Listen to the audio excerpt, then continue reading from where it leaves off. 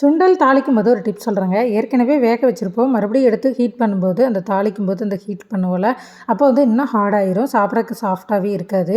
வதக்கிறதெல்லாம் வதக்கிட்டு அடுப்பு ஆஃப் பண்ணிவிட்டு அந்த சுண்டலை போட்டு ஒரு பிரட்டி 1 நிமிஷம் மூடி வச்சுட்டாலே போதுங்க. அந்த ஹீட்லேயே சுண்டல் நல்லா சூடாயிரும். சாப்பிட்றதுக்கு ரொம்ப சாஃப்ட்டாக இருக்கும். நல்லா மழை பெஞ்சிருக்குங்க நேற்று. எங்கள் ஏரியாவிலலாம் செம்ம மழையாக இருந்தது. மழையை காமிக்கிற பாருங்கள். சங்குப்பூ டீ போட்டுடலாம் அப்படின்னு பறிக்கலான்னு போனேன். நல்ல மழையாக இருந்தது.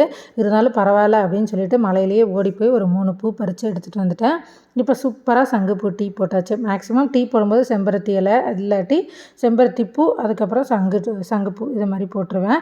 நாட்டு சக்கரை போட்டு ஒரு சூப்பரான சங்குப்பூ டீயும் ஒரு மசாலா சுண்டலும் ரெடி ஆயிடுச்சு ஈவினிங் ஸ்நாக்ஸுக்கு. ஸ்கூல்லேருந்து பசங்க 5 மணிக்கு வந்துடுவாங்க. வந்தோடனே அதெல்லாம் கொடுத்துட்டு அதுக்கப்புறம் பாத்திரத்தை எல்லாம் கையோடு விளக்கி கிச்சன் வேலையெல்லாம் முடிச்சிட்டேன். சாம்பார் மதியம் வச்சது இருக்குது. சாப்பாடு கொஞ்சம் இருந்தது. அது ஒரு கப்பில் மாற்றி வச்சுட்டு வேலையெல்லாம் முடிச்சுட்டு தீபம் போட்டு சாமியை கும்பிட்டாச்சு. லைக் பண்ணி சப்ஸ்கிரைப் பண்ணிடுங்க. நன்றி.